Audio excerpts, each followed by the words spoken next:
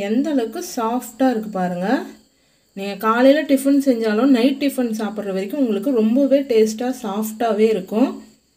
பாருங்கள், புட்டு அப்படியே வருது பாருங்கள், பூ போல் வருது. Hello friends, welcome to Sasi Samayal. மணக்க சமைக்கலாம், சுவைக்க ருசிக்கலாம். இந்த வீடியோவில் காலையில் டிஃபனுக்கு நல்ல காரசாரமாக வெங்காயம் பச்சை மிளகாலாம் போட்டு நம்ம பாரம்பரியம் மிக்க ஒரு டிஃபனுங்க ராகி அடை. இந்த ராகி அடையை நீங்கள் காலையில் செஞ்சுட்டு நைட் டிஃபனுக்கு சாப்பிட்டாலும் ரொம்ப சாஃப்டாக இருக்கிற மாதிரி அந்த அளவுக்கு ஒரு சாஃப்டான ராகி அடை எப்படி செய்யுது அப்படின்னு தெளிவாக இந்த வீடியோவில் பார்க்கலாம். வாங்க வீடியோக்குள்ள போகலாம். அதுக்கு முன்னாடி இந்த சேனல் இது வரைக்கும் சப்ஸ்கிரைப் பண்ணாதவங்க உடனே சப்ஸ்கிரைப் பண்ணிடுங்க. மறக்காம பெல் பட்டன் அழுத்தி ஆல் ஓகே கொடுங்க. அப்பதான் நான் போடுற வீடியோ உடனுக்குடன் உங்ககிட்ட வந்து சேரும். லைக் பண்ணுங்க, ஷேர் பண்ணுங்க, கமெண்ட் பண்ணுங்க.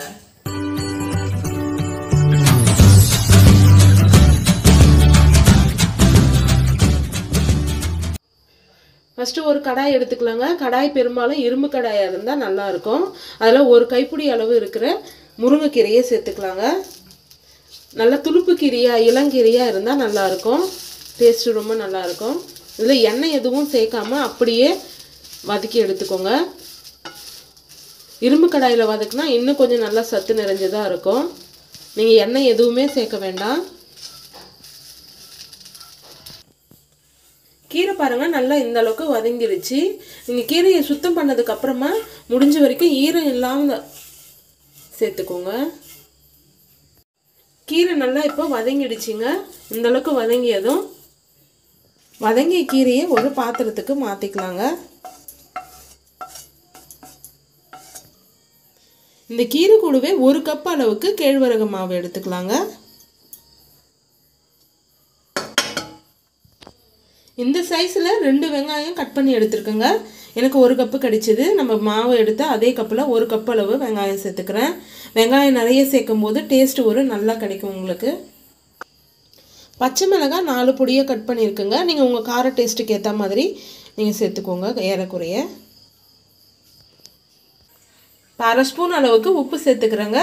மாவு பிசைஞ்சதுக்கப்புறம் கொஞ்சமாக டேஸ்ட் பண்ணி பார்த்துட்டு உங்களுக்கு உப்பு வேணும்னா மறுபடியும் சேர்த்துக்கோங்க. இப்போ தண்ணி சேர்க்காமல் ஒரு முறை நல்லா கலந்து கொடுத்துக்கோங்க.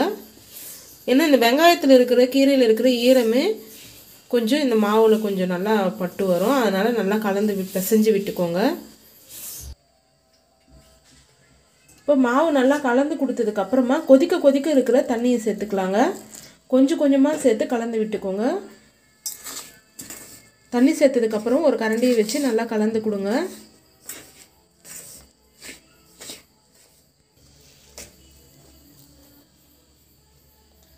நல்லா கலந்து கொடுங்க. இந்த மாதிரி கொஞ்சம் கொஞ்சமாக தண்ணி சேர்த்து கலந்து விட்டுக்கோங்க. இந்த கேழ்வரகு நான் கடையில் கேழ்வரகாக வாங்கி சுத்தம் பண்ணி மிஷினில் கொடுத்து அரைச்சிட்டு வந்தேன்.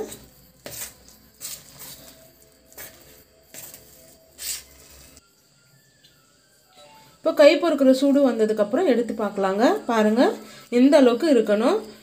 ரொம்ப கெட்டியாகவும் இருக்கக்கூடாது, ரொம்ப இலக்கமாகவும் இருக்கக்கூடாது. ஓரளவுக்கு திட்டமான இலக்கமாக இருக்கணும். இந்த அளவுக்கு தட்டை வர அளவுக்கு இருக்கணும். இப்போ இது சரியான பக்குவத்தில் இருக்குங்க. இப்போ ஒரு உருண்டை எடுத்துக்கலாங்க.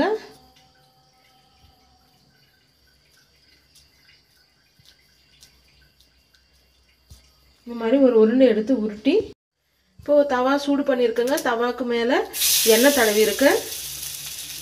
இப்போ கையில் நல்லா ஈரத்தை தொட்டு தண்ணியை தொட்டு இந்த மாதிரி அப்படியே அழுத்தி விடுங்க. கையிலோடு ஒட்டி வருதுன்னா உடனே கொஞ்சம் கையில் தண்ணி தொட்டுக்கோங்க. திரும்ப கையில் ஒட்டாது. இந்த மாதிரி அப்படியே அழுத்தி விடுங்க.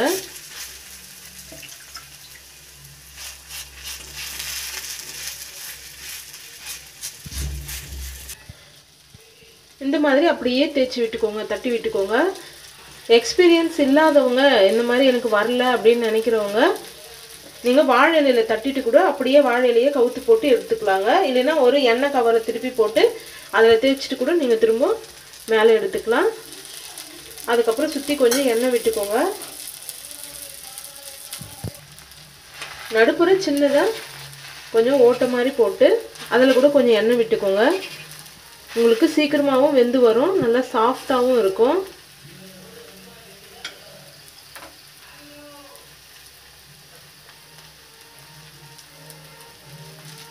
இப்போ மீடியம் ஃப்ளேமில் அப்படியே வேகட்டுங்க. உங்களுக்கு வேணுன்ற சைஸில் நீங்கள் மாவு எடுத்துக்கோங்க. பெருசாக வேணும்னா கொஞ்சம் அதிகமாக மாவு எடுத்துக்கோங்க, கொஞ்சம் சின்ன சைஸ்னால் சின்னதாகவே எடுத்துக்கோங்க. இப்போ வேகட்டும், ஒரு 2-3 நிமிஷம் அப்படியே ஒரு சைடு வெந்து வரட்டும். இப்போ அந்த பக்கம் நல்லா வெந்து வந்திருக்குங்க, மேலே பார்க்கும்போதே தெரியுது பாருங்கள். இப்போ அப்படியே திருப்பி போட்டுக்கலாம். இப்போ திருப்பி போட்டு மறுபடியும் ஒரு 2 நிமிஷம் வேகட்டும். இப்போ பாருங்கள் 2 நிமிஷம் ஆயிடுச்சு. எவ்வளோ நல்லா வெந்து வந்திருக்கு பாருங்கள், பார்க்கவே சூப்பராக இருக்குது. வெங்காயம் நிறைய போட்டால் இது அடைக்கி சூப்பராக இருக்குங்க. இப்போ நீங்கள் வேணுன்ற சைஸுக்கு நீங்கள் பெருசாக சின்னதாக கூட தட்டிக்கலாம். இப்போ ஒரு பிளேட்டுக்கு மாற்றிக்கலாங்க. மறுபடியும் இன்னொன்று நம்ம தட்டி போடும்போது கல் அதிகமாக காஞ்சிருச்சுடான்னா நீங்கள் கொஞ்சமாக தண்ணி தெளித்து சூடு கம்மி பண்ணிவிட்டு அதுக்கப்புறமா கல்லில் தேய்க்க ஆரம்பிங்க, தட்ட ஆரம்பிங்க. அதிகமான சூடு இருக்கும்போது தட்டினீங்கன்னா உங்களுக்கு கஷ்டமாக தெரியும், தட்ட வராது. இப்போ நடுவில் நம்ம ஓட்டை போட்டு நடுவுலையும் எண்ணெய் ஊற்றலாங்க. இல்லைன்னா இந்த மாதிரி மூடி வச்சுட்டு ஒரு பக்கம் வெந்ததுக்கப்புறமும் திருப்பி எடுக்கலாம். இப்போ 2 நிமிஷம் ஆயிடுச்சுங்க. இப்போ பாருங்கள், பார்க்க சொல்லவே தெரியுது உங்களுக்கு நல்லா வெந்து வந்திருக்கு. இப்போ அப்படியே திருப்பி போட்டுக்கலாங்க.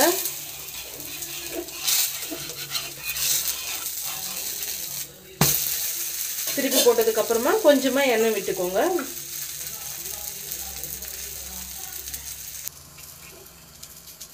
அவ்வளோதாங்க, ரொம்ப சூப்பராக ரெடியாகி வந்துருச்சு நம்மளுடைய ராகி அடை. எவ்வளோ சாஃப்டாக பூ மாதிரி வந்திருக்கு பாருங்கள். இந்த மாதிரி சாஃப்டான ராகி அடைக்கு உங்கள் கூட சட்னி, தேங்காய் கடலை சட்னி, கார சட்னி, அந்த மாதிரி உங்கள் விருப்பத்துக்கு ஏற்ற மாதிரி சாப்பிடலாம். இது அப்படியே கூட சாப்பிட்லாங்க, சட்னி இல்லாமலே சாப்பிட்லாம், அவ்வளோ டேஸ்ட்டாக இருக்கும். ஒரு முறை ட்ரை பண்ணி பாருங்கள். இதே போல் கேழ்வரகை வச்சு ஒரு இட்லிங்க, ராகி இட்லி எப்படி செய்யறதுன்னு ரைட் சைடில் இருக்க வீடியோ பார்த்து தெரிஞ்சுக்கோங்க. இது வரைக்கும் நம்ம சேனலை சப்ஸ்கிரைப் பண்ணாதவங்க உடனே சப்ஸ்கிரைப் பண்ணிடுங்க. லைக் பண்ணுங்கள், ஷேர் பண்ணுங்கள், கமெண்ட் பண்ணுங்கள். ஓகே, பாய்.